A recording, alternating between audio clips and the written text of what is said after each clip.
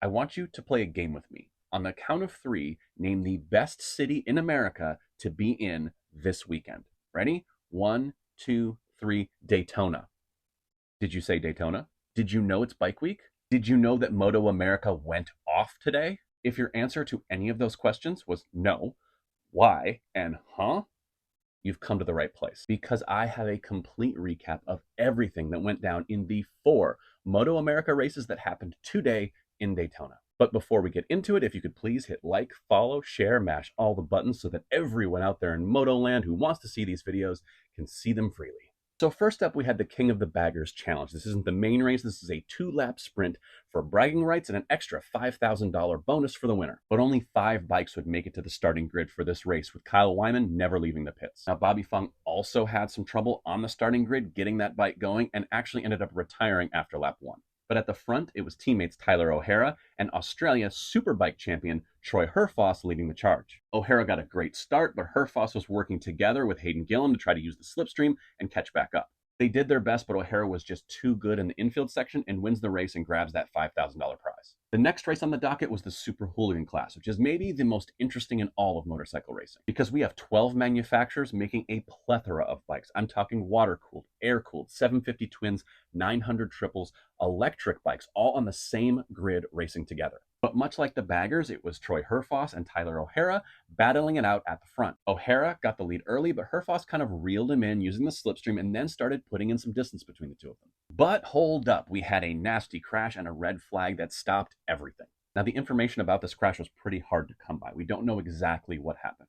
But it did involve riders Andy DeBrino and Dominic Doyle. And we know that DeBrino actually left the track in an ambulance. So after the red flag, we have 4 laps, everyone goes back to their original grid positions, and we start all over again. Herfoss started really well again, Cody Wyman, Corey West clinging to his heels, and actually this time Tyler O'Hara kind of got swallowed up by the pack. Just a little while later, Nicolo Canepa had a pretty nasty crash going into the chicane, but he seemed to be okay. And in the final throes of the race, Travis Wyman, who'd worked his way to the front, has a mechanical, has to pull out, and it kind of handed Herfoss the race. His teammate Tyler O'Hara works his way into second, and Corey West finishes third. So, onto the Twins Cup we go. At the start, Rocco Landers gets a hell of a jump and beats poleman Gus Rodeo to the first corner, taking the whole shot. But from that point forward, it was all Gus Rodeo. Completely dominant performance. Now, he had said from qualifying, his goal was to get to the front, put his head down, run alone, not worry about the slipstream, and just go, go, go. And Landers just didn't have the speed to go with him. He makes a few mistakes, slips back to 5th. And behind that, Ed Sullivan and Caleb DeCarroll come together, ending the race for both of them. Now, South African rider Dominic Doyle had that scary crash in the Super Hooligans race. Separates his shoulder, gets taken to the medical center. They pop it back in. He does a few push-ups. He proves that he's fit. He's back out for the start of the Twins Cup race. And somehow he's riding mid-pack. But it gets better because ahead of him, rookies to the class, Avery Dreyer and Alessandro Di Mario are fighting for second and third, and Dominic Doyle is reeling them in.